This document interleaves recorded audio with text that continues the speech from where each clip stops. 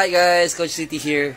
Long time no video So today I decided to have a video and I'd like to discuss kung paano nyo ba mapipreserve yung mga sapatos ninyo. First guys, kahit hindi pa ganun karami yung mga sneakers nyo, dapat nililinis nyo na siya agad.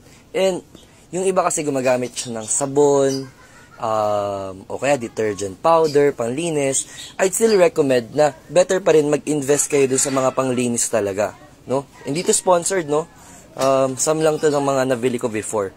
Bakit? Kasi, pag hinayaan mo yung stain sa sneakers mo, magkikreate siya ng, hinayaan mo yung dumi, magkikreate siya ng stain. And yung stain na yun, mag-yellowish na yung sneaker mo, and hindi na siya ganun ka-quality in the future, diba? Let's say, hindi ka naman nagre-resell, or ginagamit mo naman siya for your daily use.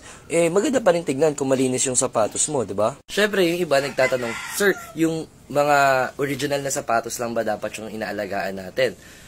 To be honest, nag-start din naman ako sa mga OEM or yung mga green heels na sapatos. Syempre, wala tayong discrimination dyan. Depende yan sa budget mo.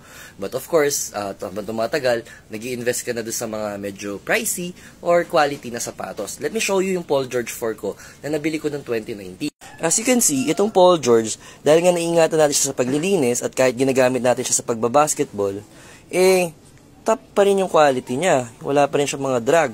And then yung sole niya, maganda pa rin.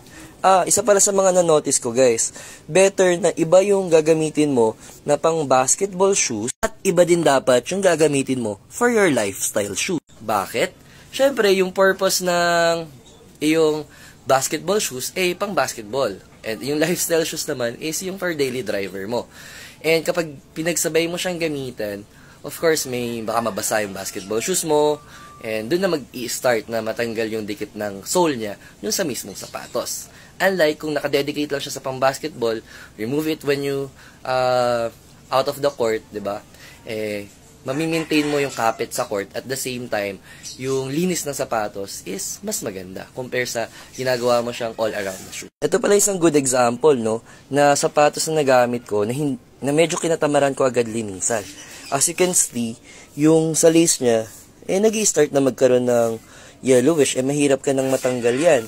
I think nakuha ko to dahil nung nagpunta kami ng Baguio, and naputikan yung sapatos. So, sayang naman kung magiging ganyan na, 'di ba? Kaya, better talaga na after mong gamitin, kung kaya mo siyang linisin or punasan man lang, linisin mo na. Tulad nga nasabi ko kanina, better pa rin na separate yung mga panglinis mo ng sapatos, hindi din yung panlinis mo sa bahay.